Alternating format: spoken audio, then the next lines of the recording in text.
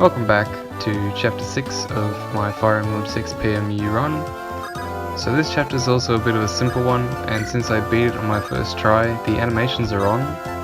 In the future I'm probably going to leave them off, just because they take up a lot of time, and these maps are long enough as it is. For such a simple map, you can tell by the video length that it takes a while to complete. So we finally have a healer now. We have Saul down there that Roy just traded some heal saves to. I've been wanting a healer for a long time, and we finally have one. Fairly decent one at that. Better than Ellen, that's for sure. So no more vulnerary spam for us. We get to be big boys and use heal staves. And I'm also going to use the angelic robe with Lance that we got from that village that Shanna went to in chapter 4. In hindsight, I could have used the angelic robe first and then healed with Saul, but what are you gonna do? We also have a new archer named Dorothy who is going to trade away her steelbow and vulnerary, and that is going to be the end of her usefulness.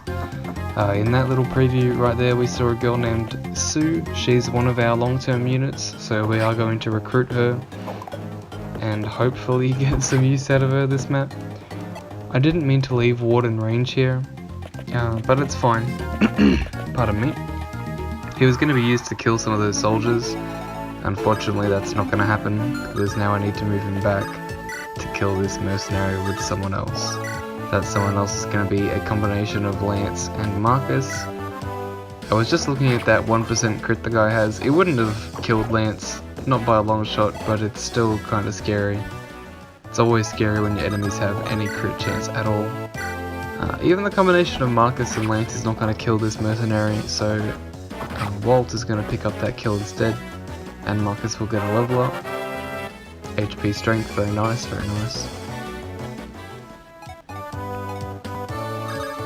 And luckily, due to the way the AI works in this game, I don't know exactly what happened here, but those two soldiers are going to move before the two mages, and it's going to mean that the mages don't actually attack anyone on the following enemy phase, which is really nice because both Wolt and Lance were in range. Only Wolt could have retaliated, and he wouldn't have done much damage. It would have taken a lot of damage in return as well. But luckily, none of that happened.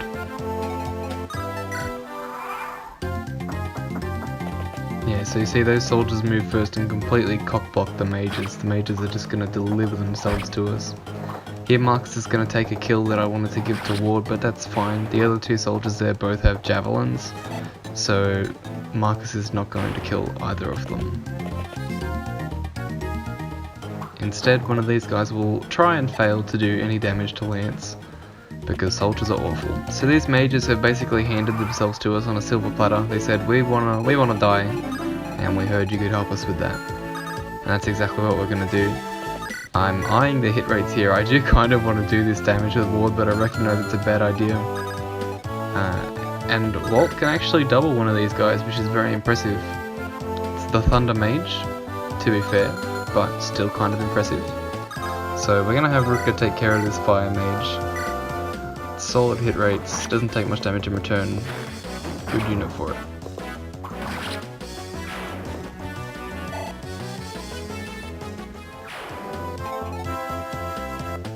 Next up we're going to have Ward take care of the soldier, and he will be part one of our whole plugin process. Actually, you know what, never mind, he's going to attack that mage. I didn't think I would be so stupid, but in fact I was rewarded for being stupid by hitting a 69 and dodging a 72. So well done, past me, you took a risk and it paid off for you.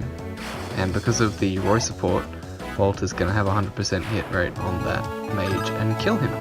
And we're going to plug up this 2-wide choke point with boars, and that'll be that for a while. So with these two javelin soldiers, I elect to just leave Lance in range with a javelin of his own, and move Marcus out of there. I figure Marcus doesn't really need to help, they're just soldiers, and they don't do too much damage.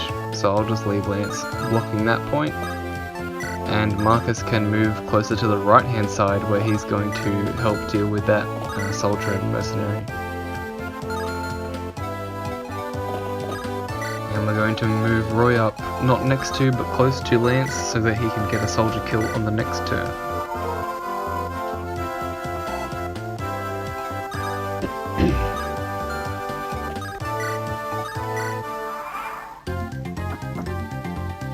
This Steel Lance Armor Knight does a heck of a lot of damage, even to boars with a lot of defense, so that's pretty scary. Luckily he's just an Armor Knight, so he's not going to be doubling anytime soon, and he's going to get doubled by absolutely everything. Speaking of getting doubled, Ward is going to just clean up these soldiers, absolutely slaughter them. It's probably the only enemy type in the game that Ward is an actually good unit against, apart from Armor Knights. But even then, Armor Knight sometimes has so much defense that Ward doesn't kill them, as you'll see in a few turns actually.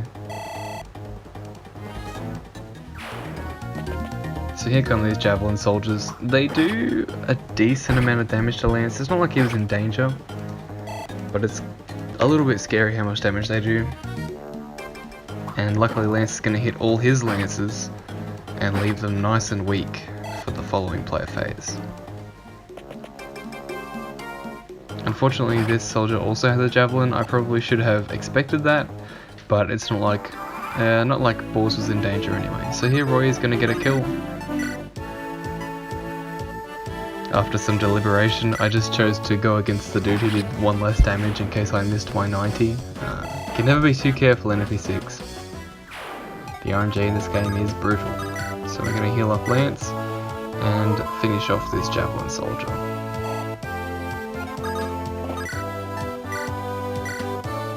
Nice little stab right through the cheek. And a level up for Lance. HP, speed, def. Really solid level up for a frontline unit right there. He's going to be consistently doubling units soon, I imagine, if he keeps up these growths. And here Rutger can just barely get this kill on this soldier, even with weapon triangle disadvantage. So that's somewhat impressive, I suppose.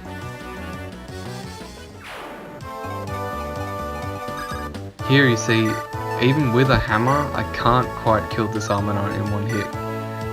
So instead I'm going to have to just move back and settle for damaging this Armor Knight. I misread the numbers while I was playing, and I thought he had 18 health and not 19, so I like to go with the Iron Axe. And I am penalized for my bad math, because I'm not even going to be able to hit the second one. And that's going to leave this Armor Knight at more health than I would like him to have. It is fine though, because Boars has the Gant Lance on him, and that means that just barely he's going to be able to pick up this kill.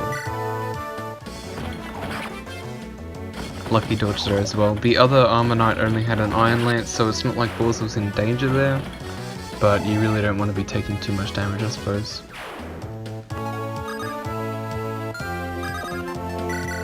Swapping off the Gant Lance there, I don't want to use it more than I have to, and I don't have to use it against this one guy.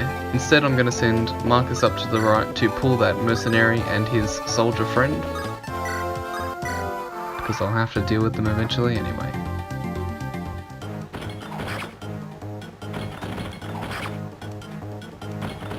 Boars doing what Boars does best in tanking, doing a solid job of that.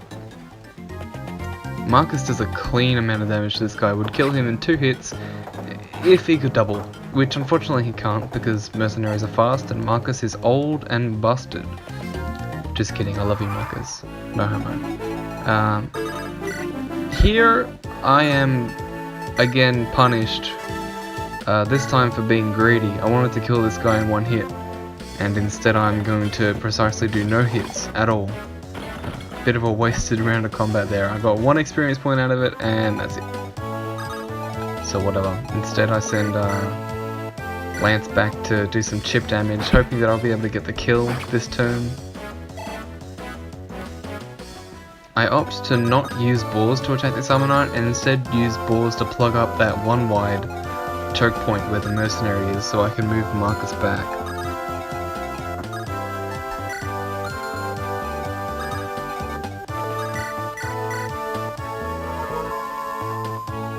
Healing up Boars to full health right there so that he doesn't die to a merc and a soldier, I guess.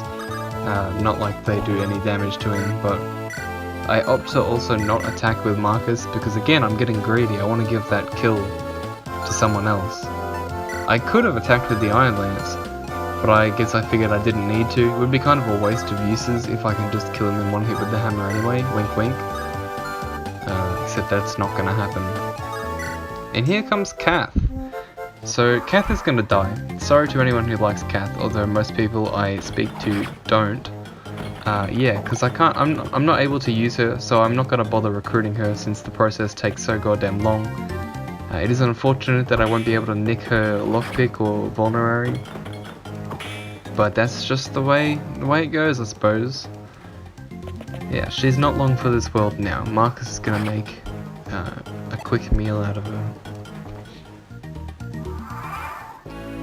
So you see, if I had the Iron Axe equipped on Ward, that Armor Knight would already be dead, but because I'm greedy and I keep trying to kill him in one hit, he's gonna be alive right now. Luckily, he will be able to, Ward that is, will be able to get the kill with the Iron Axe at the end of this turn, and Bors and Wolt finish up that mercenary and soldier. So the right side is now effectively cleared, and we can begin moving up the left side. In case it wasn't obvious, the reason we're moving up the left side and not the right side or through the middle is because we have to recruit Sue, and Sue is on the left side of the map. So level up for Ward here. HP, Strength, Luck, Death. Pretty good level up. In case you didn't get it by now, Ward is the I have a lot of strength and nothing else character. Because that's all he has. He has strength and that's it. So that's why he's so hard to use. He has no other stats basically, although that defense is nice. So here I decided to take the door key from Marcus because I assume Marcus might be down here for a while dealing with Kath, considering how bad those hit rates are. She actually does die in 2 hits though. Marcus gets 2 lucky hits on her. Poor Kath. I don't know if she deserved this kind of death, but you know, maybe if you got recruited in one turn, you wouldn't have to die. That's all I'm saying. So I made a bit of an error regarding my positioning on this map. I thought that moving 1 unit past the point where Roy currently is on the map would trigger reinforcements from where we spawn, but I was incorrect. They actually trigger after every unit you have moves past that point. So this next part of the video is going to be sped up just a little bit while I move all my units frantically up to that point to try to avoid reinforcements that aren't even going to come when I want them to, or when I expect them to rather. Bit of a flub, and looking back on it now, what I could have even done was leave Dorothy down there still so that the reinforcements wouldn't show up in the first place. Very possible that I could have just dodged quite a few rounds of combat by doing that, but unfortunately I'm not very smart, and we're gonna have to fight them anyway. Not that there's too many of them, and any experience is good experience, I guess, but it's just a bit more time spent on the map than I guess we'd like to spend. Looking at the enemy density here, you wouldn't even think that the map would take that long to complete, but unfortunately we did just get a wave of reinforcements from the top, and there will be 2 more of those before they're done, which is the bulk of the remainder of the map really. Gotta set up our units in such a way that they can combat these guys. The first wave is pretty easy, it's just soldiers and archers. The second wave is a little bit scarier with some mages, and the third wave goes back to the archers and soldiers. I think it actually has an armor knight or 2 as well. But that's okay, none of it's too bad. I decided to put Marcus and Bors at the front lines to deal with this group of enemies. Unfortunately with Marcus I am blocking the door to Sue, so I'm not going to be able to recruit her this turn. Actually for the next few turns I leave people in range, not in range, in front of the door accidentally, so forgive me for that.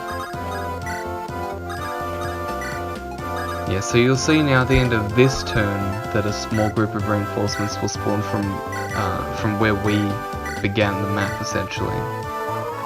Considering this is FE6, I would have expected them to be significantly more difficult, but they're actually pretty weak reinforcements. You see, most of them are soldiers. There's one mage and one armor knight.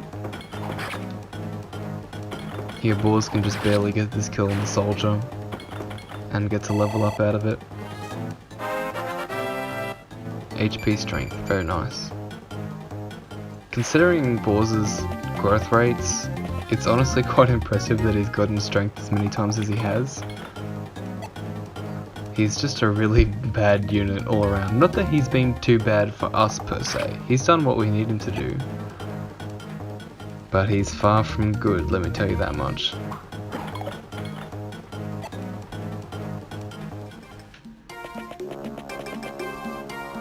So to deal with these guys at the bottom, after I kill this soldier with boars just barely,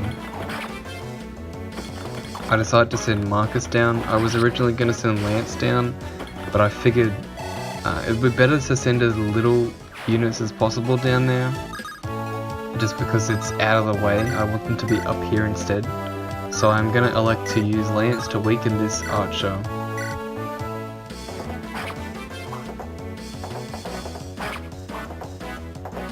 And use Wolt to finish him off.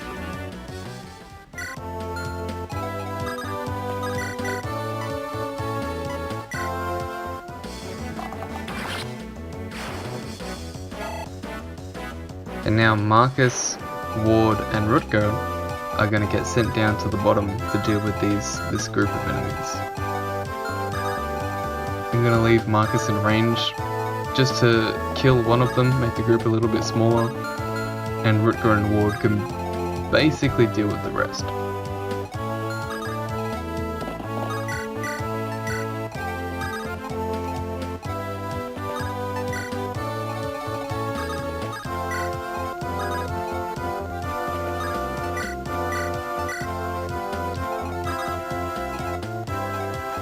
I apologise for the slow play, but unfortunately when you're limited in unit choice, you don't have a lot of options in how you tackle maps, and due to who I have available, at least right now, I do need to play a bit more slowly than I would like to. I think having the animations off would have sped up the process by a significant margin, and as I said at the start of the video, that is what I'm planning to do from here on out, have the animations off, except for very specific circumstances like boss kills and stuff. So you see here, Rutger's going to deal with that mage. I think Rutger's one of my best mage killers at the moment.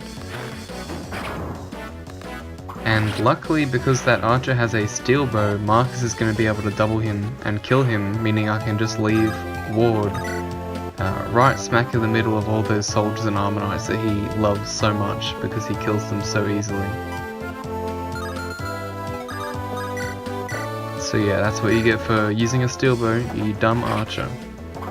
I don't think I really ever use steel weapons in Fire Emblem, to be honest. That might be a bit of a pitfall, but I find that the extra accuracy and the lower weight on iron weapons just makes them so much more reliable, and they're cheaper as well, easier to come by. I don't really see too much of a point to steel weapons. Could just be me though.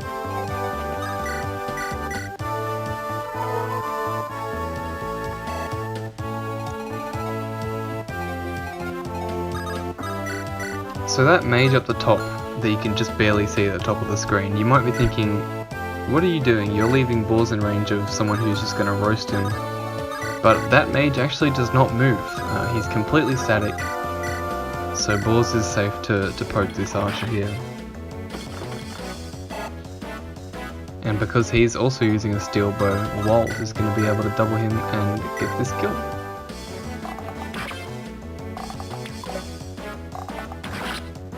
Also going to get a level up out of it. HP, strength, speed, luck. Really solid level up. You can't really ask for much more than that. And a weapon level increase. I mean, he's still not very good. Wolt, that is. He's still not a very good unit. But at least he's getting some speed. He's alright. Finally, we can open this door with Lance and we get to recruit Sue. Sue is a nomad, so she's a horseback archer. She starts at level 1 and she also starts without a weapon, which I guess makes sense because she was locked up in a jail cell. And that's why it's nice that we had Dorothy join us this map, because we're going to put her steel bow to good use. I figure since Wolt has more speed and more con at this point, it's better to give Sue the iron bow and leave the steel bow on Wolt so that neither of them are completely useless. I think with the steel bow, Sue would probably be pretty awful. That being said, in hindsight, having a steel bow on her could have been useful, but again, it's the reliability that I'd really want out of the steel bow. It's the higher hit chance and stuff.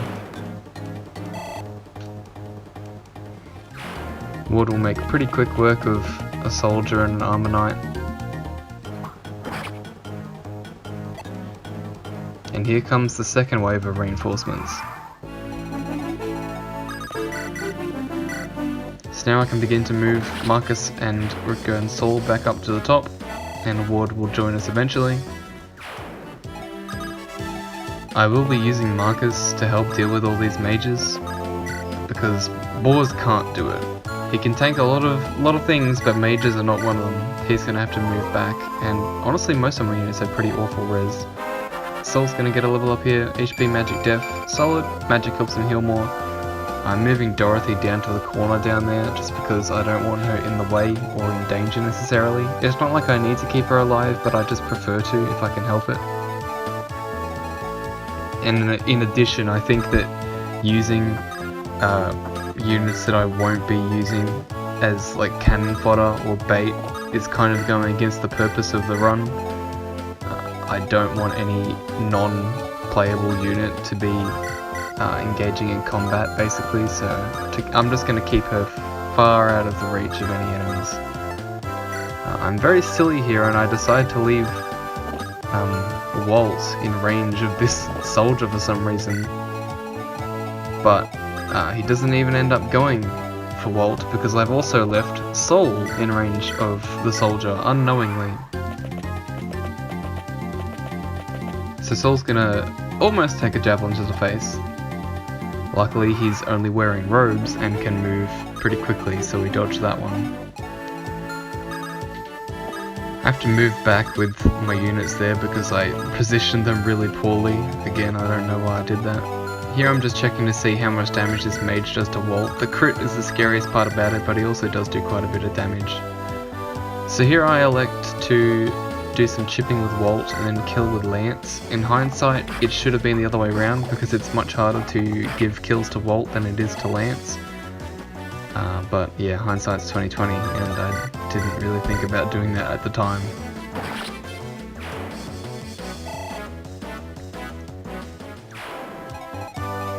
Here I have to move Boars all the way back. Boars is not really going to be doing anything else for the rest of the map, I don't think. Maybe like one or two pokes, I don't know.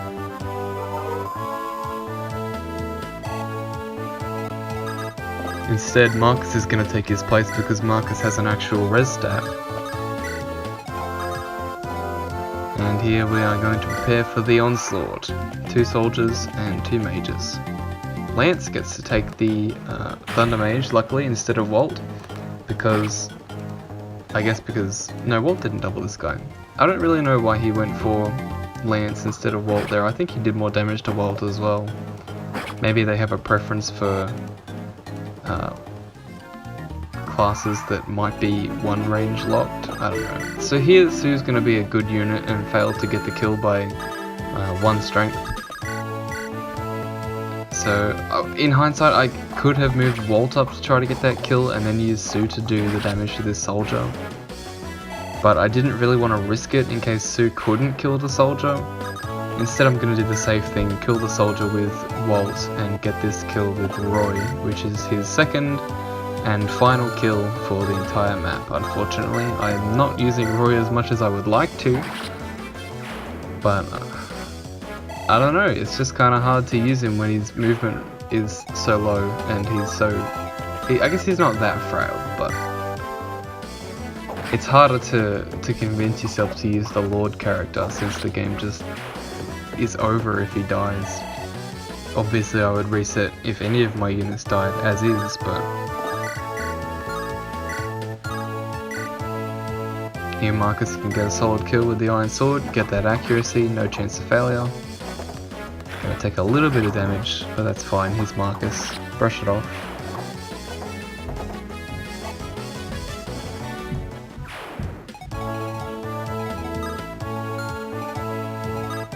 Here I'm checking the turn count because I know another wave is coming, so I've sped up the video a little bit here, because instead of electing to move up and deal with those 3 mages in the throne room and a wave of reinforcements, I elect to just hold my position and wait for them to spawn and come to me. Bit of a boring way to play the game, I know. If I was better at Fire Emblem I would probably attempt to move forward, but unfortunately I'm not. And instead I'm just gonna wait for them to come to me because it's easy. I probably shouldn't have wasted a heal stave use right there, considering that I can't just buy them in the prep menu. So in the future I'm going to refrain from doing things like that, but I think I do crappy little heals like that a few more times throughout the video. It's not like Saul really needs experience or staff rank anyway. He'll get plenty of it through the rest of the playthrough, considering he's my only healer and will be for quite some time. Level up for Ward right here. HP, strength, skill. He's got such a pitiful amount of skill, so that tiny little level up really doesn't help him all that much, but I guess I'll take whatever I can get. And Saul's gonna face tank a javelin this time. I guess he tripped on his robes and couldn't quite get out of the way.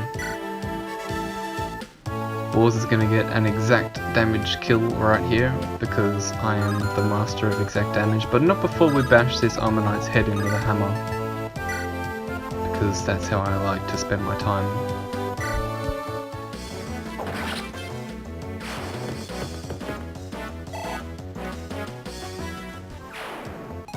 And now we'll get the kill with Bors.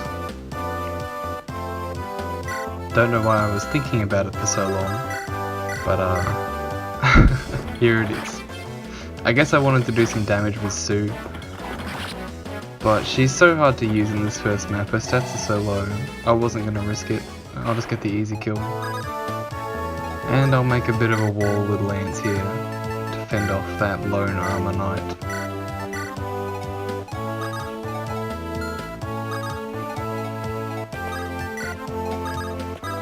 Here we get to see that Sue does a whopping 0 times 2 to this Armor Knight. Doubling is great, but 0 times 2 is still 0, so not all that useful, gotta be honest.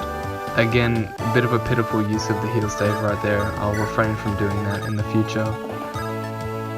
But I was, I don't know, I wanted to level them up during this map. Concerning supports, I don't really care about the stat bonuses that supports give, so I'm not really going to be focusing on getting good supports or trying to get to A rank or anything like that. I'll pretty much just be clicking the option whenever it's available. I know you can only have 5 support partners in this game, but I really don't care. It's such a niche thing, so I just don't want it on my screen. I'm going to click it whenever I have the option. And again, because that mage at the top doesn't move, we're completely fine to get that kill with Ward. So Lance could get that kill on that mage right there, but I don't like the tiny Metacrit he has, so instead I want Marcus to go and do it. But Marcus, being old and frail, doesn't double this guy, doesn't double him like Lance does.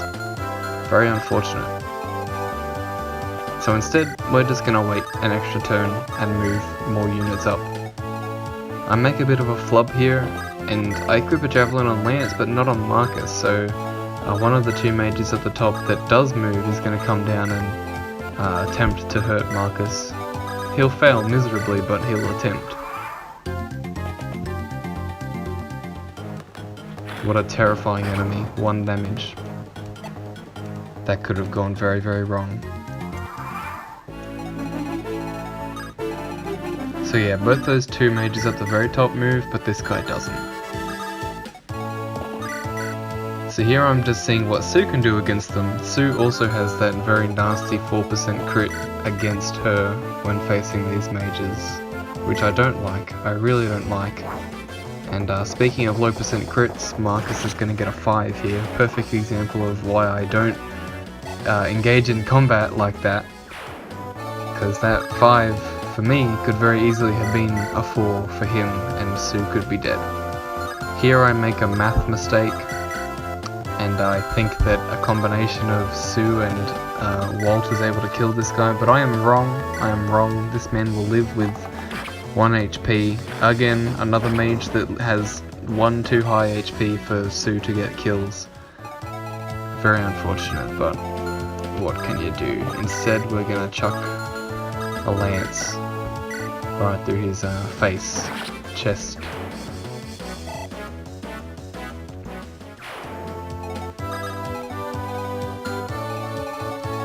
And I attempt to leave my units in such a way that all of them can retaliate, but I completely forget that Wolt is already sitting there, and he's gonna take a thunder to the face, which is fine.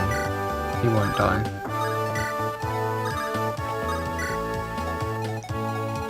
And Borz's job is completely done for the rest of this map. But Rutger is going to be our boss killer, so Rutger does have a bit more work to do. I rely on him so much as it is, and his work is not done. So that could have been very scary if Wolt got doubled there. Luckily he's leveled up speed pretty well so far. And it's a thunder mage, so it's a bit heavier than a fire tome. Heavy enough to the point where Marcus can kill this guy.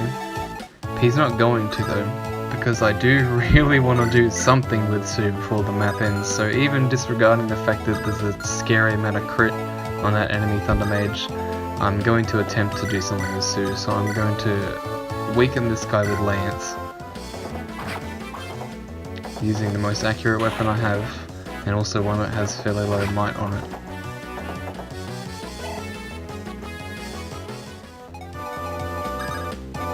And then I'm going to go balls to the walls and get a kill with Sue, and I'm also going to forget to turn on animations. So we're not going to be seeing Sue's animations for a while. Unfortunate, but that's just how it is. I'm sure we'll be seeing plenty of nomads in the future, don't you worry. So these two armor knights also don't move, and they don't start with their javelins in their hands, so you can abuse them a little bit with longer range weapons. They do have javelins, so if you leave a unit in their range, they will attack them. But I couldn't be asked to do rescue shenanigans and stuff. They don't hit too hard. Another support combo right there. So I'm gonna leave Ward in range of one and Wolt in range of the other. Wolt does negligible damage, but that's fine, you know, experience is experience. And Wolt needs all the experience he can get.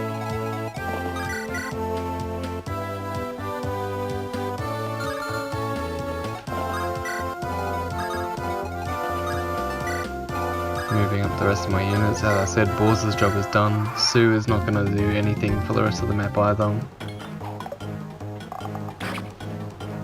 Ward is going to kill his armor knight in the next turn. Wolt is attempting to get this guy down as well. But Ward, Big Brother Ward, is going to just come through and steal the kill next player phase. Wolt is going to get some very final chip damage in there. He's not going to be fighting the boss. As you see there, he gets destroyed by that boss. No point leaving him in range. So he's just going to get this final bit of chip damage, and then he's done for the map. Final stretch here, folks. Send in Ward to get this kill.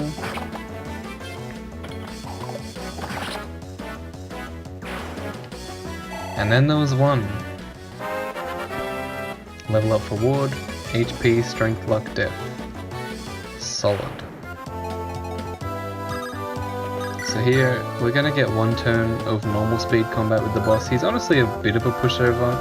He doesn't have any crit against Rutger, and he 3-hit KOs Rutger, so I can initiate on player phase and take a hit on enemy phase. Even if I got hit twice, I'd still be alive.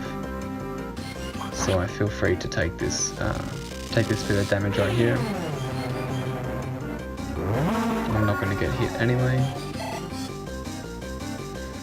And from here on I'm just going to speed up the video a bit because I just attempt a few different things, try to get some chip damage in with a few units, including Roy. I hit this guy with Lance, because it would level up Lance. HP speed, really good. And I leave Roy in range as well because Roy doesn't die. Just figured I'd try to do a little something extra with Roy, but Roy's gonna fail me and not hit that coin flip. So instead I'm just gonna let Rutger do it basically, move back with everyone else, do some last minute healing, get a level up with Saul, magic res, and down goes Wagner after this little bit of healing and a long ass flux tome animation. Just takes years to complete this animation, and he's not going to hit anyway. So down goes Wagner, level up for Rutger, a bunch of stats that don't matter, HP, skill, res, whatever, and Roy will seize. So that's been chapter 6, thanks for watching.